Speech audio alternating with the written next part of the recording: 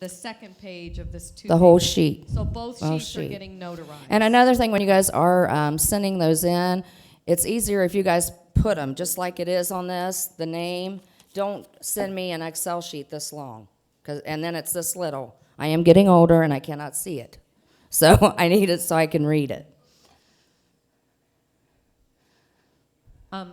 The question I have is for the career technical schools that have English for a full year, and we have in the past had to wait at least till kind of around spring break time to pre-schedule, because we need that English grade as part of their total cosmetology grades.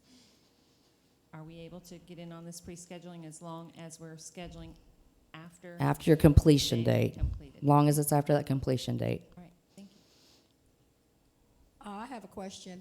With the pre-scheduling, the first set that I send you in February would be the list of my students with all this information.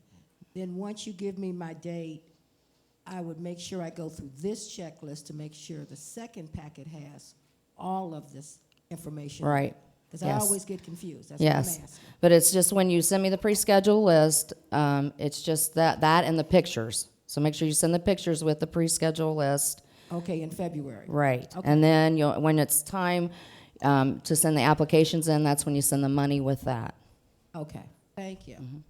So if applications are ready at approximately that time, we don't have to do the pre-schedule list? Is that If you have completed and you have your applications, that's fine also. We can do it that way. Usually, I don't know very many that's completed in February.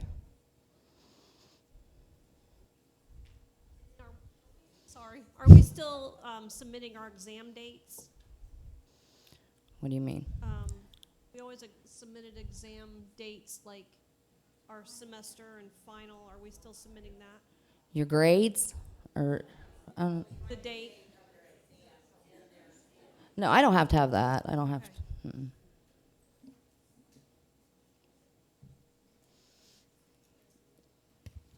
Is there a restriction on how many can come at one time or request for? Well, now that we have 5 examiners, we can do, is it 54?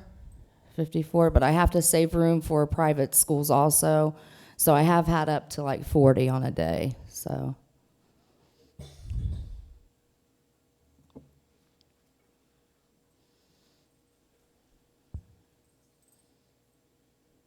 Is it 60 days before graduation for the pre-schedule? or- Well, it used to be like that. Now I'm just letting everybody that wants to go ahead and start getting them in February. It works out great because I have to put all that in the computer, so it gives me more time. Gives you guys time to know what time you're coming and get the buses. So we're really kind of not doing that. Question about submitting the exam dates. Is that also for juniors, or is that just for pre-scheduling? for That's seniors? pre-scheduling.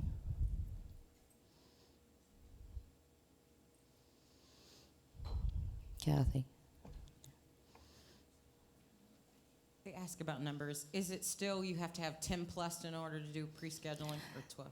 Does that matter? No. No? Mm-mm. Okay. But I will tell you, I mean, it might be quick. If it's going to be less than 5, I would just send their apps in, and because you're going to have a better chance of getting them in like that.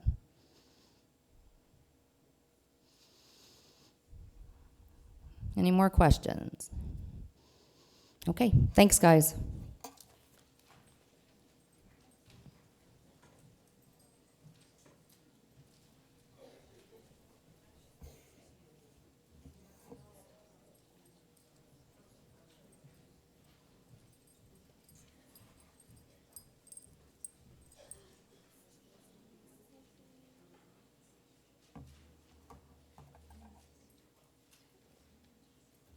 Hello. I'm Shelly. I'm your new contact for the internship program. Miss McKinney is no longer doing that. If you are still sending emails to her with that, she is forwarding those to me, but I do ask that you start sending those directly to me so she doesn't have to handle those anymore. There's just a couple things I wanted to go over today, some reminders briefly. All the internship paperwork is on our website.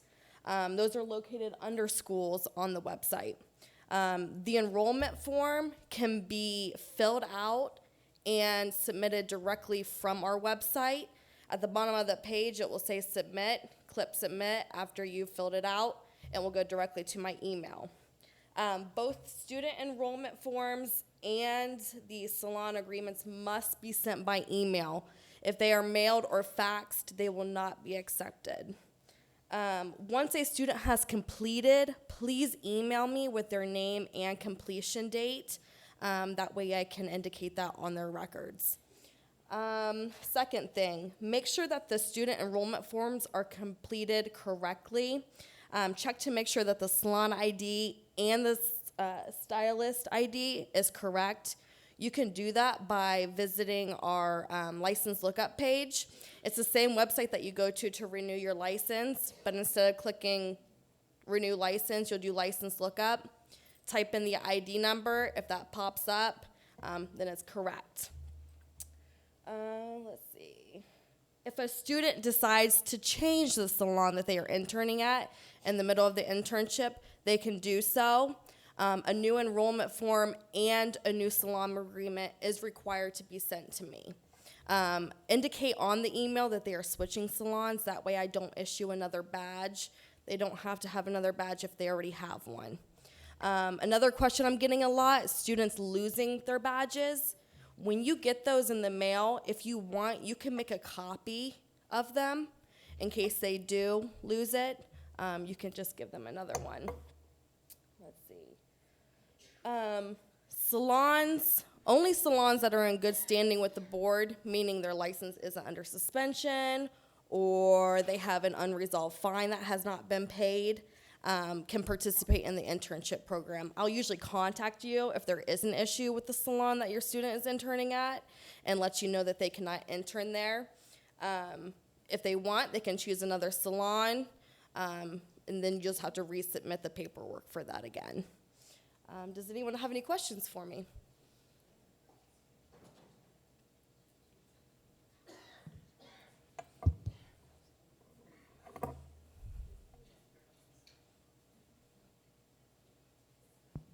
The salon agreement, Mhm. is it on the website also? No, the Okay. school should have a copy of the salon agreement. And So it can be faxed? no, it cannot be faxed still. Most schools will just scan that in, and then they'll email that to me in a PDF form. We do not have a scanner at our school. I called state board and they said it would be fine if I faxed it. Yes, there are certain individuals I have talked to that have that issue. I also tried filling out the forms and submitting them online. I pushed the submit button 8 times and it would not submit. Will not submit. So I sent those along with the faxed agreement forms as well. Okay, and if you do that, if you do not, if you are having an issue with submitting it online or through email, please call me and let me know that you faxed it because we don't accept them through fax. I don't normally check that fax folder. So just call me and let me know that you did fax it, and I'll take care of that for you. Yes. My question is, so my student finishes the internship, and do I just simply give you an email saying? Yeah, just say, Students hey, done. these are a list of students that have completed. List Okay. their name and then beside it their completion date. Okay. That's and fine. No salon information, just the No, student? ma'am. Okay, Nope. thank you. Anyone else? I will have, my business card is up here to the left. Please pick one up before you leave that has my number and my email address. If you have any questions, you can call or email me, and I will get back to you as soon as possible. You're welcome. Just confused on the the internship. If you're a CT school and they do their internship, isn't that on their paperwork after we've done the internship paperwork? Why would we be signing that they've completed? We put that on our papers at the end for them to go take their boards. The reason is when inspectors come in, if they have a student in there, we need to know when they finish so we can look it up. Sometimes they keep going. They don't stop showing up at the salon. and they continue working, and they shouldn't be. So that is, we close them out basically when they finished. So basically, they're in an open status until we have a completion date. Any other questions? Okay, thank you.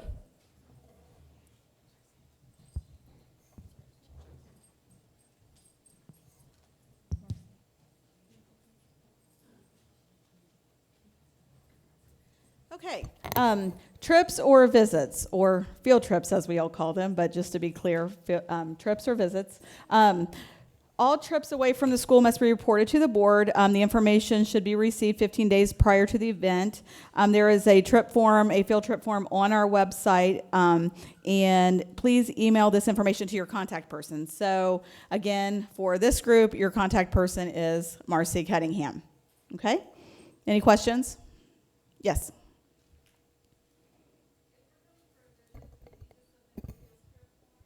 No. An observation, all right, well, yes. You mean a teacher observation or a, yes, you do. You do need to let us know that you're out. Because if there's an inspection that would take place, we need to know if all the students would be out of the program. Any other questions?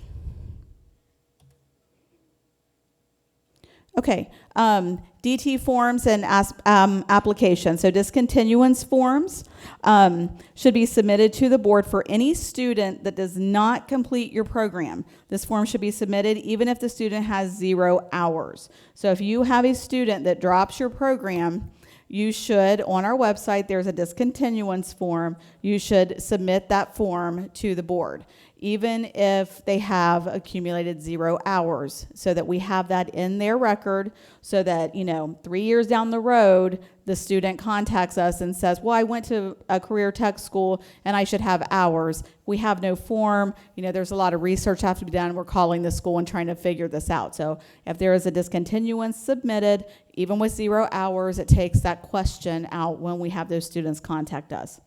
Testing applications. Submit the board for any student that has successfully passed and completed your program. So one of these two things should be submitted to the board on every student that you have.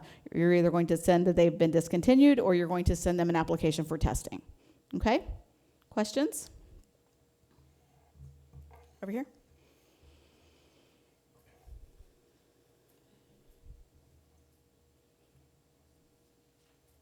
I did some discontinuances the way that you guys wanted to do it, and I clicked submit. Yes. And there was no confirmation. I'm assuming it sent, but it went through Outlook. It wasn't like our regular. It was kind of odd. Right. When you do click submit, there is a section to either select Outlook, or there's another 2 selections, and I think you do have to select Outlook, and it is attached and sent to your contact, which is Marcy. If you have a question, if it actually, if you do it again and you want to make sure, just shoot Marcy an email and make sure that she has received it, so you know that it's working properly. Okay. I just wasn't sure if, eventually if your IT guys or something could, now you can click that you had the receipt or something that you received it. Sure. It might be nice because there's so, many that are sent, and I think everybody's questioning, did they get it or did they not? Yep, I will mention that to him and find out. Any other questions? Yes, down here.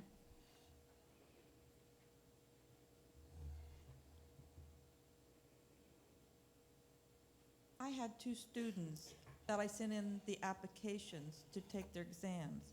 Neither one of them showed up to take their exams. Okay. And I was under the understanding that I was still supposed to send a discontinuance forms if they didn't follow through. Is that what we're supposed to do? No, if you submitted their testing application, they had a test date, and then they're a no-show, they're going to be in our system as a no-show. We're going to have their testing application because they passed and they completed, you sent the application, then it's on them that they didn't show up. So then they're in our system as a no-show. So if they would reschedule, we would pull that information.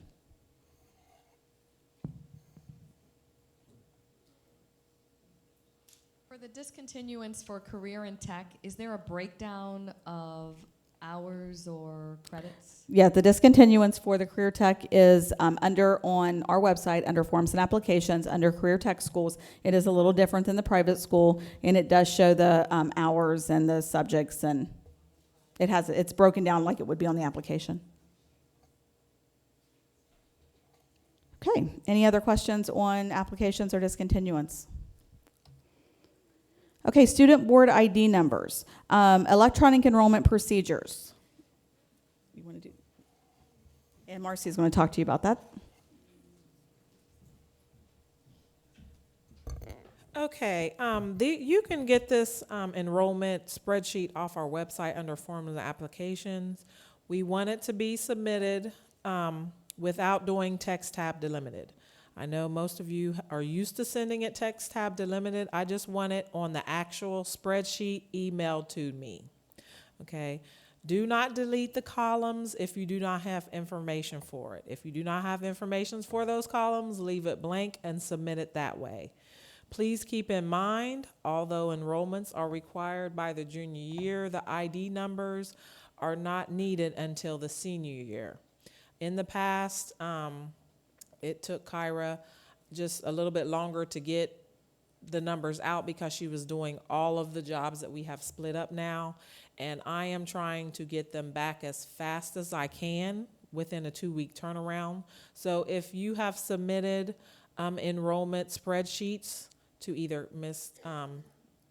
Tyler or Ms. Pearson and have not got them back yet, please email me. I do have business cards up here, and I will try to get them back within 2 weeks, okay? But they are not needed until their senior year. Do you want me to go over this? Okay. Oh.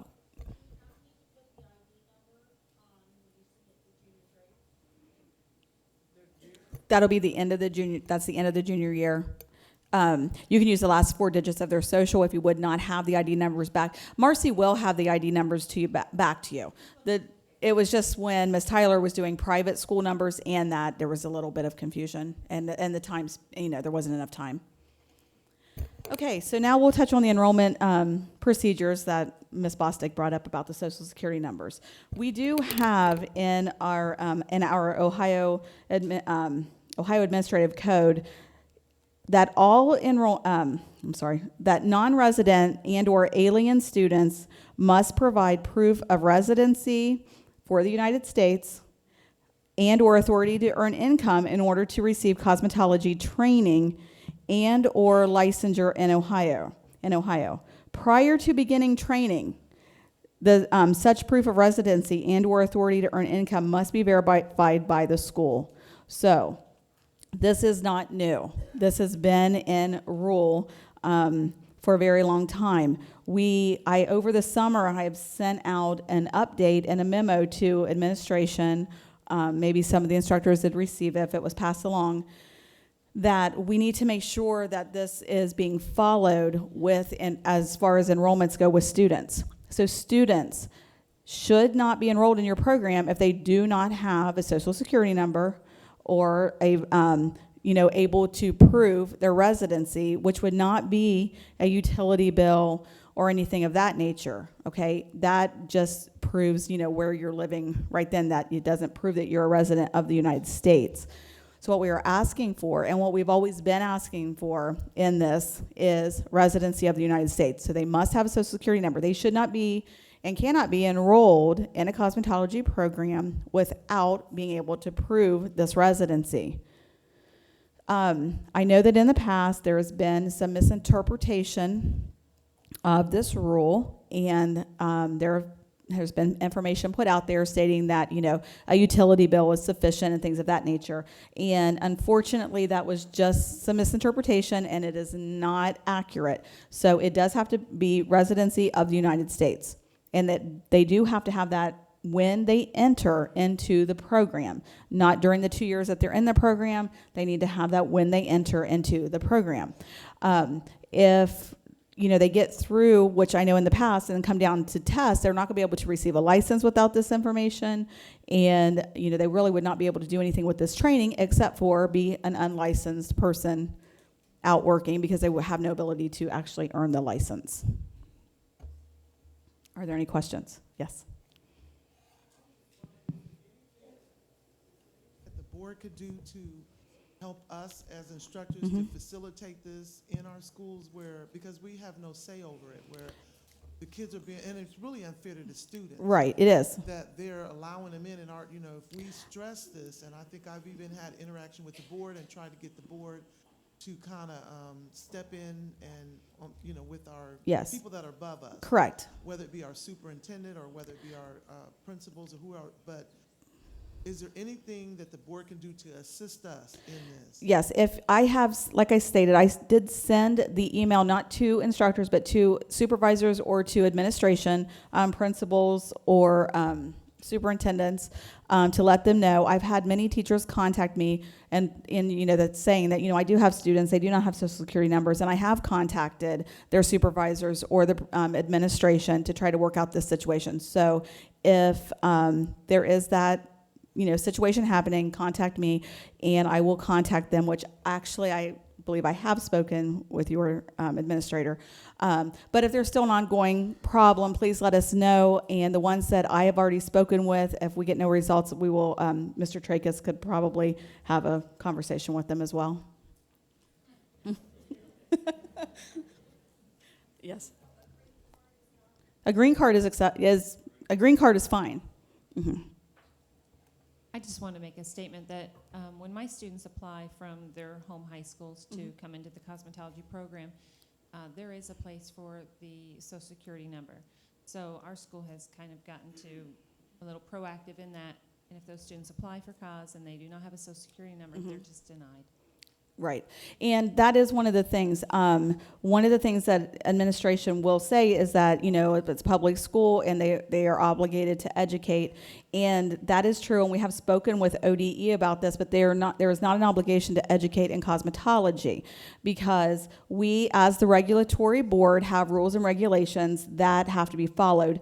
And ODE regulates that, the schools have to follow. If there's a regulatory board to their program that is being offered, then that program has to also follow ODE and they follow that regulatory board's rules. And this is a rule of our board, so therefore that does have to be followed. So they can educate them in any other program that doesn't have that requirement, but as far as cosmetology, we do have that requirement.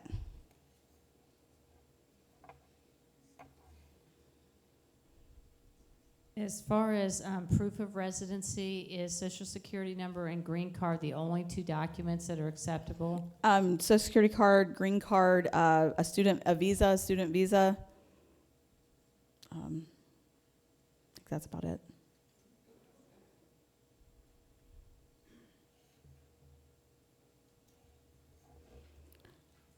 Over here.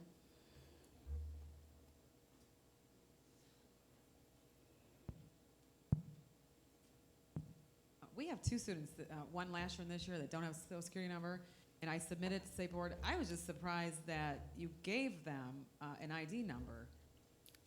When was that submitted? Last year. Last year. Honestly, I'm not sure why we would have given them an ID number. They should not have received an ID number. It could have fallen in the cracks of some of the past information that where somebody was told that, like, if they had a proof of residency was like a utility bill or something like that. So they could have fallen through the crack. Unfortunately, those same students, when they come to test, they're not going to be able to test because they're not going to have that full record of information. But so unfortunately, things happen, things fall through the cracks. We are definitely trying to eliminate that. And I can assure you that any enrollments that have been submitted as of right now, Ms. Cunningham has been catching them, and she has not issued any ID numbers to students that have no social security numbers. But you have not received an ID note. Yes? Okay, well, we'll talk about that afterwards. Okay. Yes?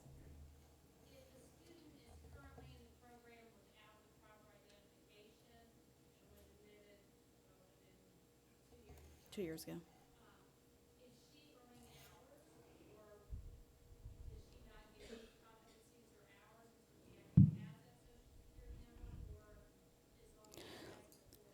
you would not be able to submit an application for testing on that student because she or he would not have the proper requirements to test.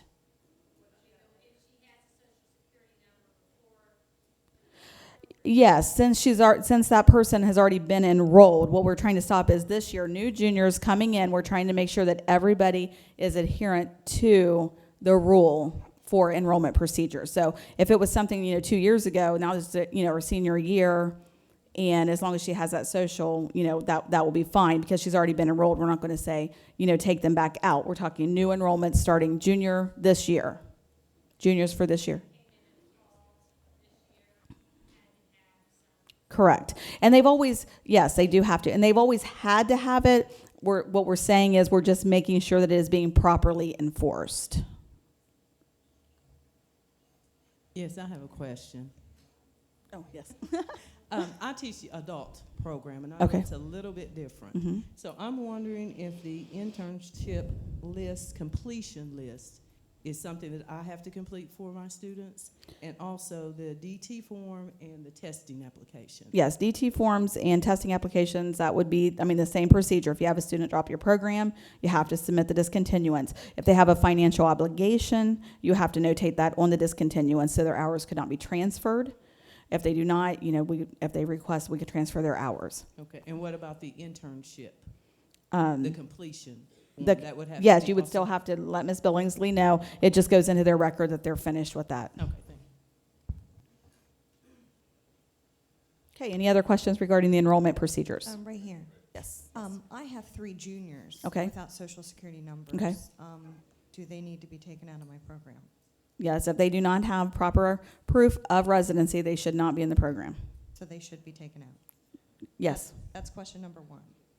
Question number 2, student visas. From what I understand, that would be applicable to private schools because those aren't minors. Is that correct? Student I visas? don't believe that. Is that for minors?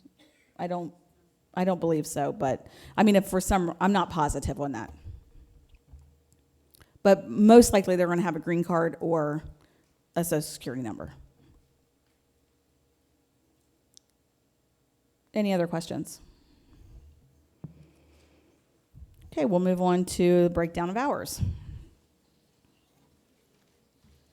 Okay, what we're going to look at here is something that is in place right now and has actually been in place. This is what Mr. Tracus was talking about this morning, stating that some things were not looked at completely, so things were accepted that maybe should or should not have been. So everybody's probably received an email from me at some point since June requesting a breakdown of hours or maybe asking some questions about what was submitted.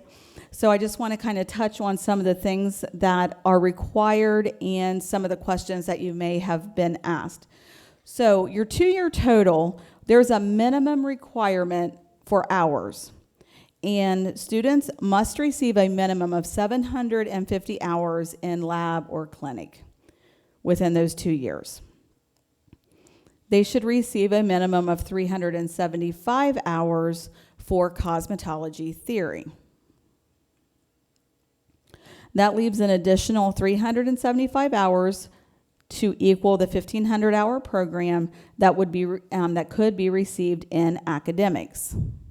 So that's where, the math and English and things like that would come in. When submitting this breakdown, I know that I sent emails back to many of you asking if an academic was applied, meaning that it can be used toward the theory total requirement for hours. So what is meant by that is if you have a science class or like an anatomy class that they take or chemistry, those hours can actually be applied toward the theory minimum of 375. So if a student or if your breakdown has 225 hours of actual contact theory cosmetology time, and that's short of the requirement for the 2-year total, but the students do anatomy or chemistry or something that relates directly back to cosmetology, then those hours can be added in towards that theory total to get you to that 375 hour minimum. Internship hours can be used towards your practical requirement, but to use those as a means to get to that minimum of 750 hours, it would have to be a requirement for all students. So if you have an internship program where you just have certain students that go out to utilize the internship, then those can be added towards that particular student's hours, but you would still have to meet as a whole. When you submit this breakdown as a whole, you would have to show that you are giving a minimum of 750 hours in clinic. Okay, questions? When you say applied academics, you're meaning the cosmetology information is integrated into English Yes. or math or Yes. science. So those of us who are in comprehensive high schools who don't have that ability. Then it would not count back to theory. Gotcha.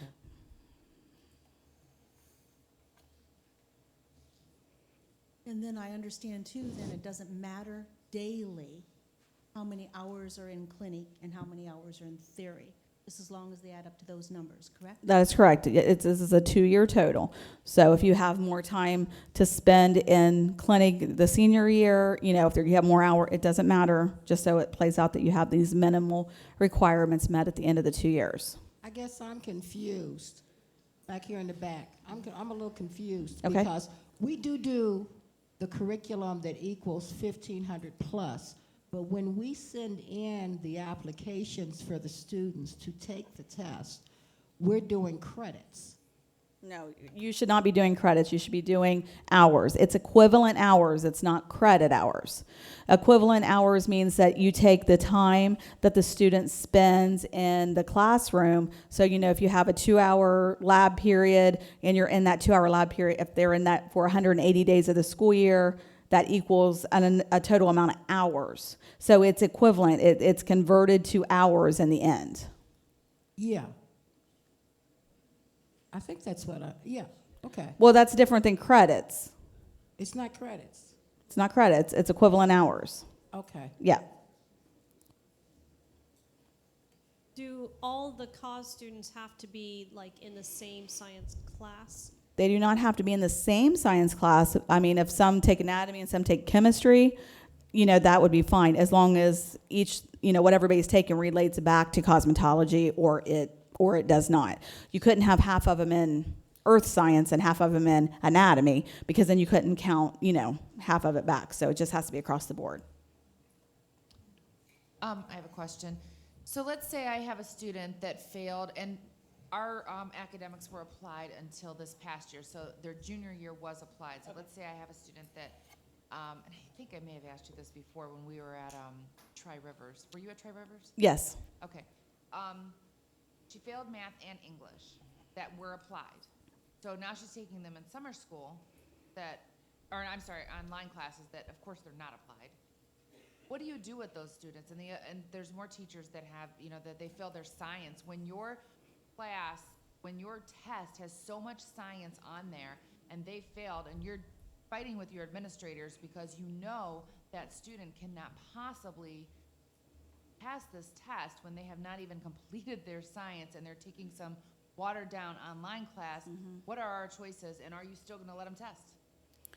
Well, this year, because this is, right now we're trying to get everybody in compliance with everything. So that's why I've been in contact with everybody, going through and making sure everybody has a full understanding. And then for those who did not have it, sometimes it's just a matter of, just not fully understanding where the hours are there. It's just where they need to go. So we're trying to work through those issues. So yes, students would be able to test. By the beginning of next year, where all this will be in place, everybody should have a complete understanding. You've had the school year to make these changes. We've talked to administration, make sure they understand that these minimal requirements have to be met. As far as the doing online classes, like for science, they really should be taking the online classes that would relate back, if that's what is part of your breakdown. If you have an anatomy class as part of your counted hours that they failed, then they need to be doing a class that's equivalent. But if they're not, And that would not, then they would not have met the minimal requirements. So at this point, to go back to your administrator and say they cannot test. Correct. Yes, that's eventually what would happen. But not this year. Not this year. Okay, so let's go on to next year and Yes. those academics, because math has now been changed and they're all in different maths that don't have And- algebra 2, that have nothing to do. And math would be part of this academics, would be part of the academic 375 hours, but it would not be part of the theory hours that could be counted. So any math class that they take can get them to that 1,500 hours. Even if it's not correlated with cosmetology. Yeah, it doesn't have to be. In the section that just says academics, that does not have to have anything to do with cosmetology. Even the science and the math, even the science and the English that we were talking about before, so then it really wouldn't have mattered anyway. No. If you have a program where you have a minimum of 375 hours where you teach them cosmetology theory, and you don't have to use their academics towards that minimum requirement, then that would be fine. But if you are a school where you do not have the ability to have 375 hours, of contact time for theory, and you have to use an academic to get those minimal requirements met, then it has to be an academic that relates back, such as anatomy or chemistry. Yeah, I understand what you're saying. So say we were at 250 Uh-huh. and we needed that extra, it's got to come Then from it has, somewhere. yes, then it has to relate back to cosmetology. Okay. Yes, but if it does not, if you don't need it to relate back, then it could be whichever. So if they're on schedule to pass all their state board stuff, but they have to come back in the summer to take an English class or something, can they still come to state board even though they're not on schedule to graduate? But they have all their requirements for state board. I have a girl that's pregnant right now, and she's not going to graduate. She's on schedule for her state board hours and everything right now, and she'll get her extra hours in her interning, but she won't graduate with the class because she's got like an English class that she'll have to come back in the summer. Can I still send her down to state board?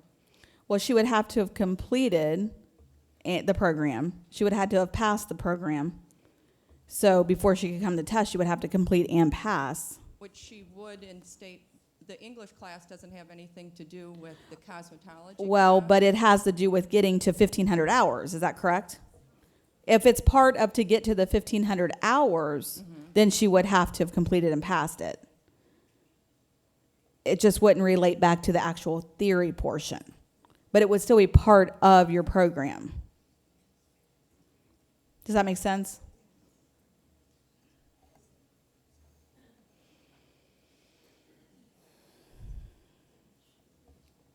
In answering the one teacher's question, I think that's in the pink back there, you still send them. I would caution teachers about going back to administration and saying that these kids can't test. When this 2015 comes through, you're going to want to test everybody in your program. You want your test rates at 100%. If they start seeing our programs as being non-effective, we won't have cosmetology programs. They're moving everything. So I would caution to test. Also, I had a student, we have these students that come from different buildings. Like they're in an alternative building, their schedule's different from our students. We can't put them into the applied science that we suggest all our cosmetology students do. Right. But they still have an anatomy or a physiology class, or they have, I forget, some other science that they did.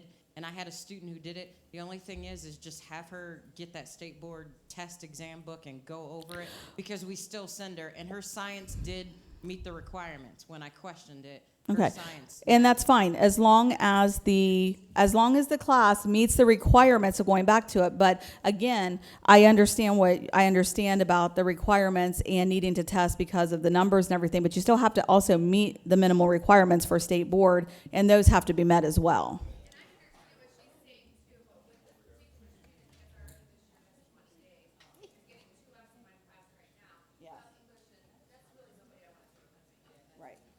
That's a whole different problem. Well, not with the Fs, because if they receive an F, then they're not going to receive the equivalent hours. No, they have to receive the hours. If they receive an F, they do not receive those hours, so they're not eligible for testing. It's still, you're saying, at the end result. Right. Right. Right.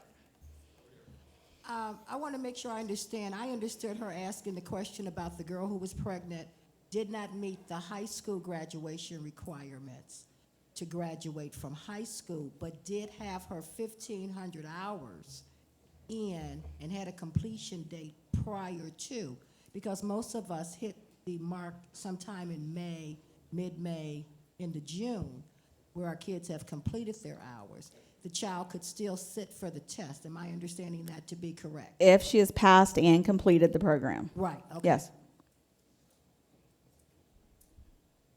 I have a question. Yes. As long as a public school meets the requirements for academics and we follow your present curriculum, which requires the math, the sciences, the business technology, can we use that for our students to go to state board? You can use that, but they have to be applied in the proper area for the hours to meet. Right. So Yes. for academics, what I'm asking is Yes. business technology, the math, the sciences, will that apply in the academics to 375 hours? Yes, yes, yes. Over here. Back there, Chris.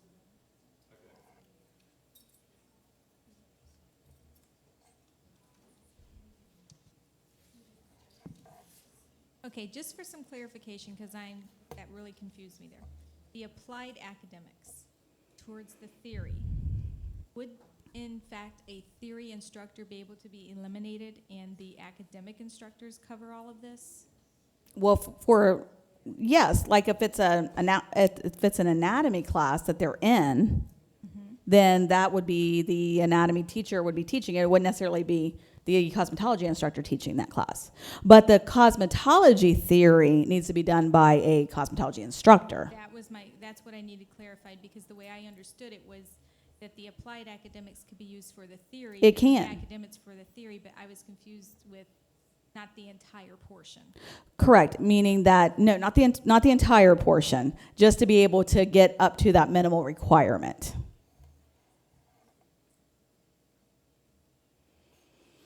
Any other questions on hours down here in the front?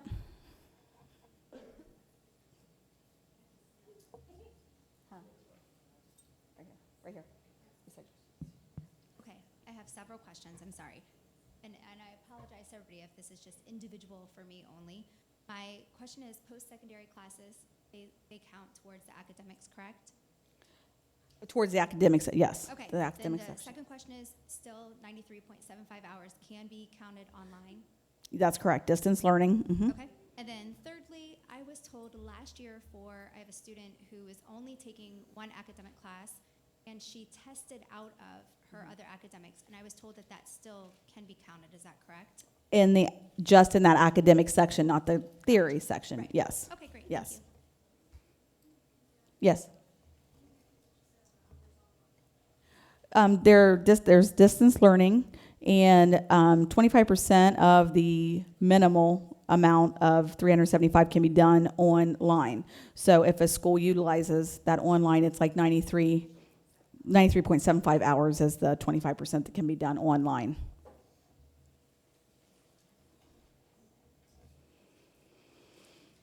Are there any other questions on hours? Again, if you have individual questions that you'd like to ask, feel free to email me or give me a call, and we can go over your breakdown individually when we have it. I have it in front of me. If you have questions or concerns, okay.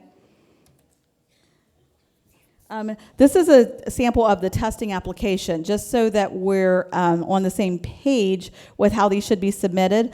You have your junior requirements and your senior requirements. You would be submitting their final grade per subject. Obviously, they have to pass to receive the equivalent hours. And then over to the side, it will say equivalent hours. So that should not be a credit, like, a credit, a 2 or a 3. It should be actually the number of equivalent hours that is associated with that class. So junior lab, if they receive an A, they would receive their 350 equivalent hours, and so on down the line. For their junior and the senior requirements, these should equal at least a minimum of the 1,500 hours. And then at the bottom, you'll see it has the total number of internship hours earned, if it's applicable, that they've done an internship. Any questions on the application?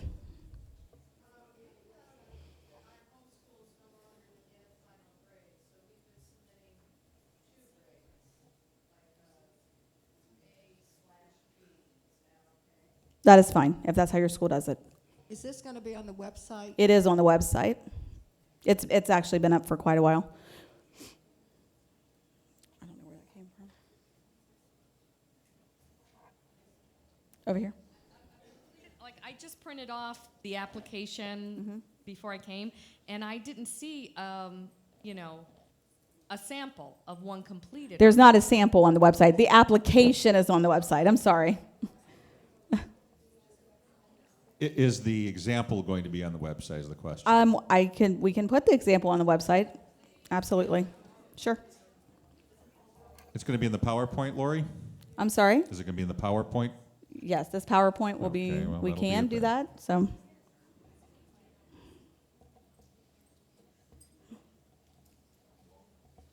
Does their attendance get subtracted then from? No, with equivalent hours, attendance does not, as far as we are concerned, the board, the attendance does not count. However, your own schools have individual attendance policies that you would still have to adhere to.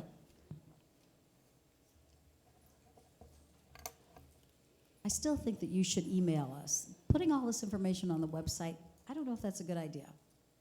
Why? I just think it opens up the floodgates. And everybody, you're going to have questions everywhere where if you give us this information, then we can relate it to the kids without everybody knowing. Well, I don't have an issue with emailing, some information out. That is not a problem.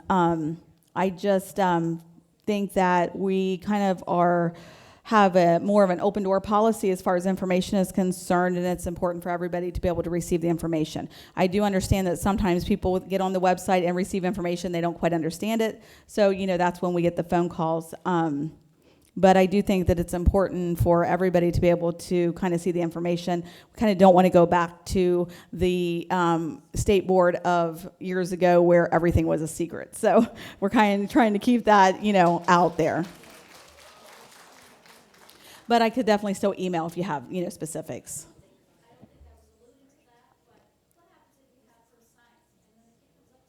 Hey, guess what? It's still science. And then you're arguing, well, earth science is not. Well, that, I doubt, I could be wrong. I don't imagine there will be many students that would get on and look at this testing application and see how it's completed. If there is and there are questions, that's going to, unfortunately, the instructors would have to answer those. And you can direct those questions to State Board, and we'd be happy to explain that this is just an example. And before it would be actually placed on the website, I would actually put testing application example so that they would know that it's an example. There's only one English on there. They're required 2 years of English. No, this is just an example, again, of how it should be completed, not of how it, this is just to show that we need to see the hours and the grades. Any other questions? Okay, we're going to move on to candidate dress code. Beginning January 1st, we're going to go back to 4713-5-27, which is under sanitation. I know. And that's going to state that all schools must follow all sanitation statutes and rules governing beauty salons except the waste containers. So we'll skip down to B. All students shall wear professional clothing at all times when scheduled to take the state exam at the board exam center. A clean outer garment and closed-toe shoes are required. Students wearing shorts, mini skirts, tank tops, halter tops, mid-drift type tops, t-shirts with graphics unrelated to a school or salon, or torn or tattered clothing shall not be admitted to the test center. Students not admitted to the testing center shall be dismissed, required to reschedule the state exam, and shall be required to pay a reschedule fee. Okay, so like I stated, this is nothing new. It has been in rule. It is just something that we had not been previously enforcing, and it is we are of the mindset that if we have something in law or rule, that we should be enforcing it, and if it's something that we feel should not be enforced, then we should change it. As many of you know, as Mr. Tracus has stated, we do have many changes that are being presented right now, and This may change slightly when January comes around, but the concept will not change. The details may be a little different and may be worded just a little differently, but the concept would remain the same. So beginning in January, they will need to be dressed professionally, so they cannot have, like they said, torn or tattered clothes, or that we don't want to see the entire backside of somebody hanging out when they're getting their supplies, all their kits and things of that nature. So they will be dismissed and they would be required to reschedule. Okay? No, they would not be, it would not be a 90-day reschedules are only for the issues of cheating.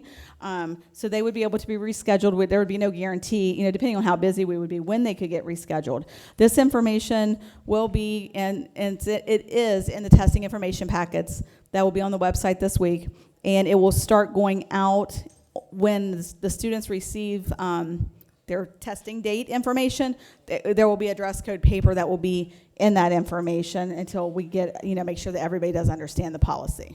Yes. Yes. Yes. They still need to be appropriately dressed underneath, because there are times they do have to take off the smock. So yes.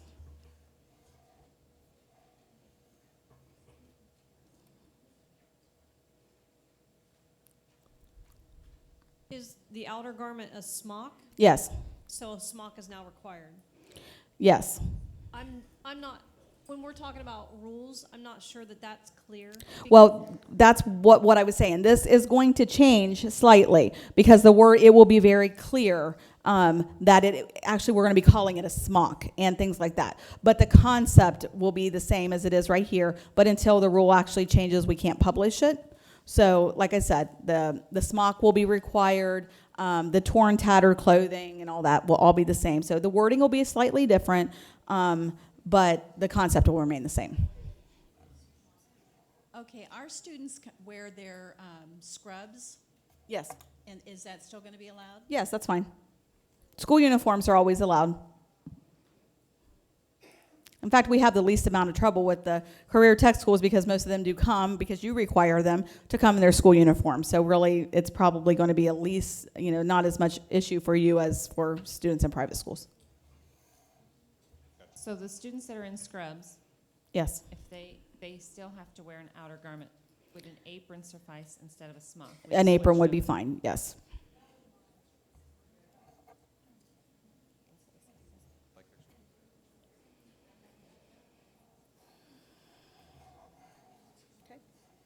Any other questions? Over here? Over there.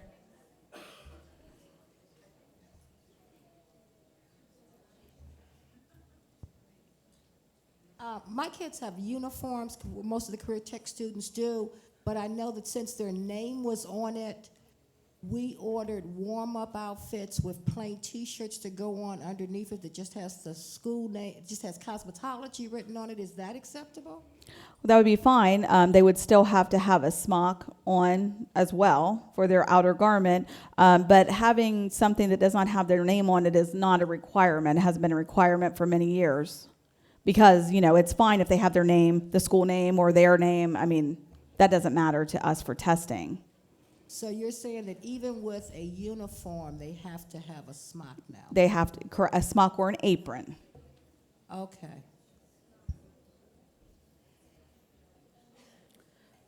But keep in mind, for students that may have, issues with clothing sizes, I guess we'll call it, where things aren't completely covered, they could be asked to put, if they have an apron, they could be asked to put a smock on. So. Lori's being generous. Wear clothes that fit. Are there any other questions with the dress code? Okay. Again, your career tech contact is Marcy Cunningham. Her email is up here, as well as her phone number. Please come up and take a card from her. If you have not received an email from Marcy, please take her card and send her an email. That means that she has an incorrect email for you, or you're not in her contact list. So please make sure that you email her and let her know, hey, name, what school you're with, and a proper email address. Also, we would appreciate it if everybody would email Marcy and let them know the name and phone number contact and email contact of a direct supervisor for cosmetology or an administrator. We do have a distribution list for that, but we want to make sure that they're all current, because for things like these enrollment procedures and scheduling, we are trying to make contact with these people. So it'd be great if we could get those. Also, the other contacts, Laurie McKinney is still in charge of school tours. So if you're wanting to schedule a tour, it would be Laurie McKinney. Tanya Cox does transfer hours for students. Kathy Franklin still does teacher observation. So you would email Kathy if you yourself, a teacher, would want to come in and observe. And then for those of you that have a manager's program, your monthly attendance and hours report are still submitted to Sandy. Okay, if there's any questions, we thank everybody for coming today. Okay.